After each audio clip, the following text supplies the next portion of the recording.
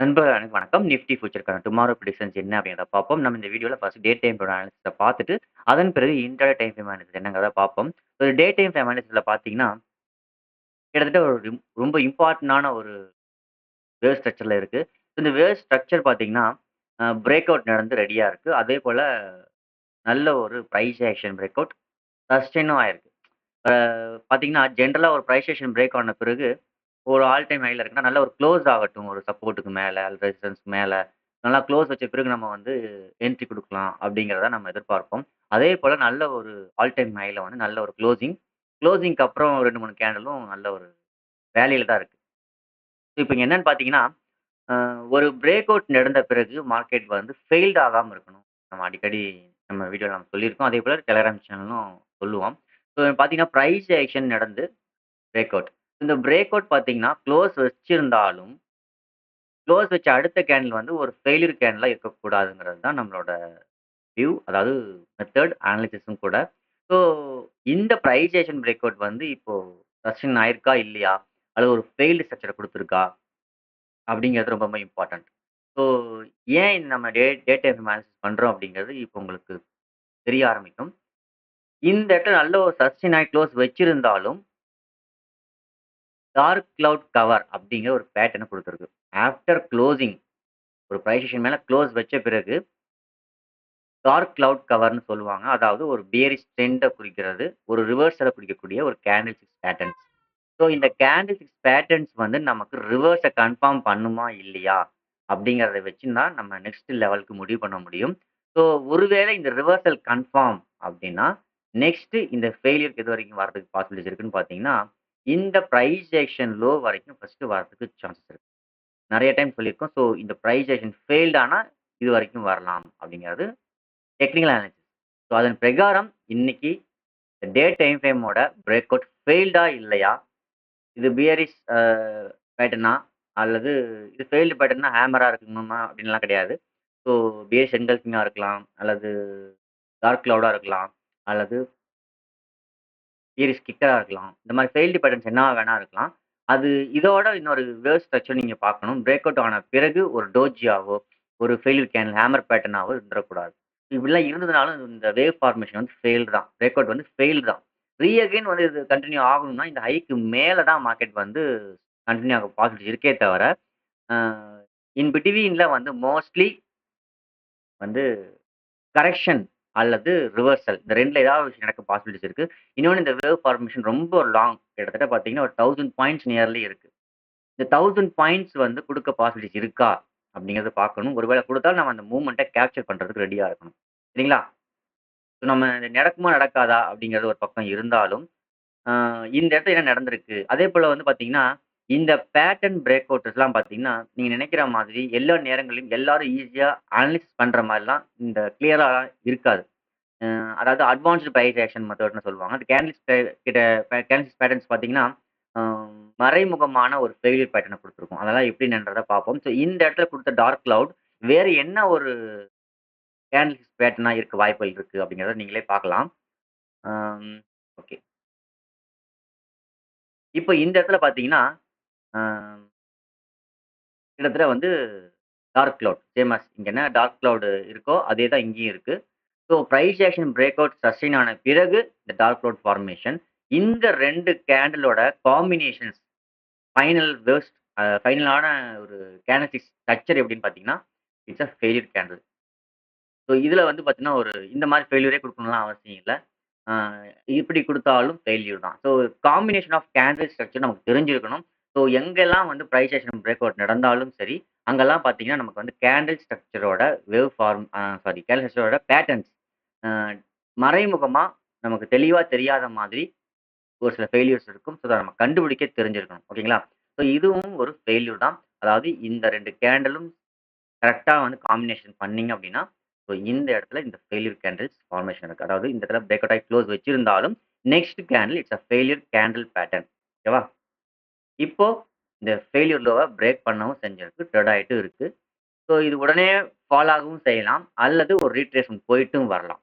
அது என்ன நடந்திருக்கு? என்ன நடக்க வாய்ப்புகள் இருக்கு? ஒருவேள இந்த ஃபெயில்யூர் பிரேக் அவுட் ஆயிட்டு ரீட்ரேஸ்மென்ட் வருதா? அப்படி வந்தா நம்ம என்ன மாரிலாம் நடந்தா நம்ம வந்து ரீ என்ட்ரி குடுக்கலாம்? ஒருவேளை வந்து புல் மூவ கன்டின்யூ பண்றதுக்கு பாசிபிலிட்டிஸ் இருக்கா அப்படிங்கிறத நாம இன்ட்ராடே டைம் ஃப்ரேம் அனாலிசிஸ்ல செக் பண்ணுவோம்.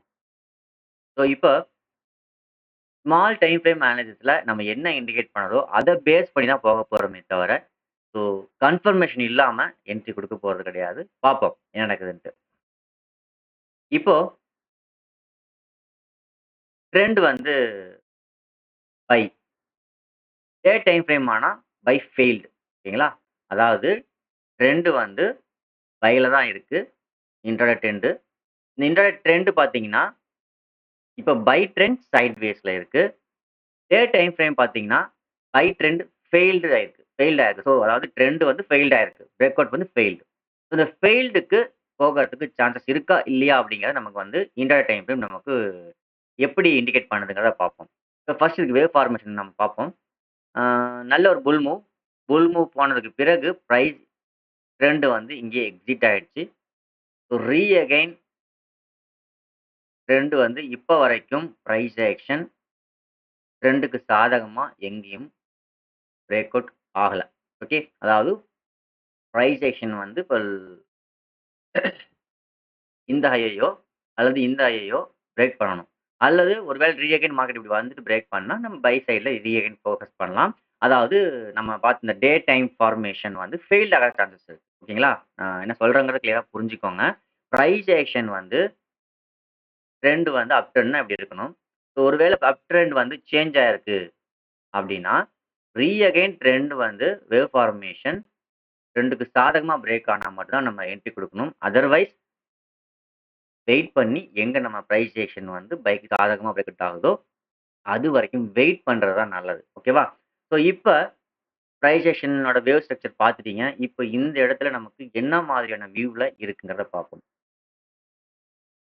டே டைம் ஃப்ரேம் வந்து ஃபெயில்டுன்னு பேசியாச்சு. இந்த ஃபெயில்டுக்கு என்ன நடக்க சான்சஸ் இருக்கு? அல்லது ஃபெயில்டு பண்ணி பை கன்டின்யூ ஆக என்ன சான்சஸ் இருக்குங்கிறத பார்ப்போம். ஸோ இப்ப பிரைஸ் ஆக்ஷன் பார்த்தீங்கன்னா, இப்படி வந்துட்டு இருக்கு இல்லையா? ஸோ இந்த price action so it's a failed இந்த பிரைஸ் ஆக்ஷன ஃபெயில் பண்ணியிருக்கு. ஸோ இந்த ஃபெயில்டுக்கு மார்க்கெட் வந்து இந்த ஹை வரைக்கும் வரதுக்கு பாசிபிலிட்டிஸ் இருக்கு. ஓகேங்களா?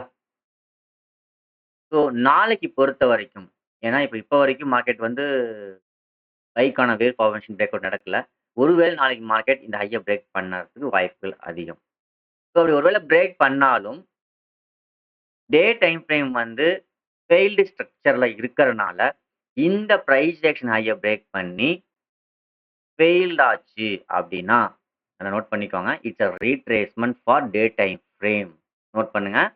ஒருவேள மார்க்கெட் இந்த ஹைய வந்து பிரேக் பண்ணி ஃபெயில்ட் ஆச்சு அப்படின்னா, டே டைம் ஃப்ரேமோட ஃபெயில்யூர்க்கு மார்க்கெட் அகைன் ரீட்ரேஸ்மென்ட் வந்திருக்குன்னு அர்த்தம். ஸோ இந்த இடத்துல நாம ஒரு சின்ன ரிஸ்க்ல நம்ம புட்ல நம்ம என்டர் பண்றது வாய்ப்பு இருக்கு. ஒருவேள மார்க்கெட் இந்த வேவ் ஃபார்மேஷன் பிரேக் அவுட் பண்ணது சஸ்டெயின் ஆயிடுச்சு. ஃபெயில்ட் ஆகாம இருந்தது அப்படின்னா, it will break this level also. So அந்த டே டைம் ஃப்ரேம்ல பார்த்த ஃபெயில்யூர் பேட்டர்ன்ஸ் ஃபெயில்ட் ஆகுதுன்னு அர்த்தம். ஓகேங்களா?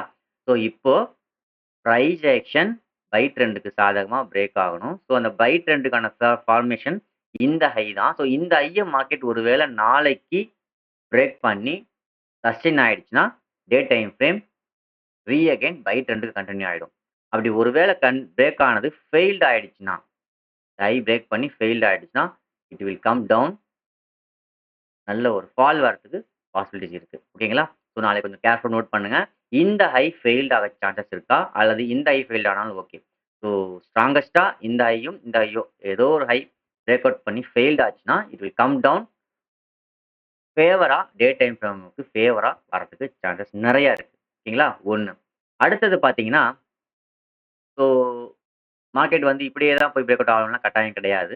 ஒருவேளை மார்க்கெட் இங்க ஓப்பன் ஆயிட்டோ, இல்ல ரீட்ரேஸ்மென்ட் வந்துட்டு பிரேக் ஆனா, நம்ம இங்கேயே பை ட்ரெண்ட் கன்டின்யூ ஆகுது. ஸோ இங்கிருந்தே நம்ம வந்து என்ன பண்ணலாம், புல் மூவ்ல போலாம். அதுக்கான டார்கெட் ஃபர்ஸ்ட் லெவல் இந்த லெவல் நம்ம ஃபிக்ஸ் பண்ணிக்கலாம். ஓகேங்களா? அதன் பிறகு இதுக்கு மேல சஸ்டெயின் ஆனா, நம்ம ட்ரெண்ட கன்டின்யூ பண்ணலாமே தவிர, வெயிட் பண்ணி இந்த இடத்துல ஃபோக்கஸ் பண்ணி, அதன் பிறகு என்ட்ரி குடுக்குறது நல்லது. அடுத்தது, ஒருவேளை மார்க்கெட் கேப் டவுன் ஆகுனுச்சு அப்படின்னா, ஏன்னா பார்த்தீங்கன்னா, வேவ் ஃபார்மேஷன் ஒண்ணும் பைக் சாதகமா பிரேக் அவுட் ஆகாததுனால, ஸோ மேபி பாசிபிலிட்டீஸ் நெக்ஸ்ட் 25,000 வரைக்கும் வரதுக்கு சான்ஸஸும் இருக்கு. ஒருவேளை 25,000க்கு கீழ பிரேக் அவுட் பிரைஸ் ஆக்ஷன் இருந்து பிரேக் ஆயிருச்சுன்னா, அப்பவும் என்ன நடக்கலாம்னா, டே டைம் ஃப்ரேமோட டார்கெட் போறதுக்கு சான்ஸஸ் இருக்கு. ஸோ இதுதான் நாளைக்கான வியூஸ். அதாவது டே டைம் ஃப்ரேம் ஃபெயில்டுக்கு கன்டின்யூ ஆகணும்னா, என்ன மாரியான வேவ பிரேக் பண்ணணும்? ஒருவேள இந்த ட்ரெண்ட வந்து கன்டின்யூ பண்ணணும். டே டைம் ஃப்ரேமோட ட்ரெண்ட வந்து கன்டின்யூ பண்ற மாரி இருந்தது அப்டின்னா, என்ன மாரி வேவ பிரேக் பண்ணா போகணுங்கிறத இப்ப பார்த்துருக்கோம். ஸோ நாளைக்கு மார்க்கெட் எங்க ஓப்பன் ஆகுது? எப்படி இருக்கு? அப்படிங்கிறத பார்த்துட்டு, அதுக்கு தகுந்த மாரி நான் டெலகிராம் சேனல் அப்டேட் பண்றேன். தேவைப்படுறவங்க டெலகிராம் சேனல் லிங்க் இந்த வீடியோ டிஸ்கிரிப்ஷன்ல குடுத்துருக்கேன். போய் ஜாயின் பண்ணிக்கலாம். ஓகே. ஸோ நான் இங்க சொல்றது அனைத்துமே என்னோட நாலேட்ஜ் அண்ட் எக்ஸ்பீரியன்ஸ் தான் ஷேர் பண்ணிக்கிறேனே தவிர, நீங்க அத கட்டாயம் செய்யணும்னு அவசியம் இல்ல. ஸோ பார்த்து உங்க மணி மேனேஜ்மென்ட் என்னவோ கேர்ஃபுல்லா ட்ரெட் பண்ணுங்க. So thank you. Thank you for வாட்சிங்.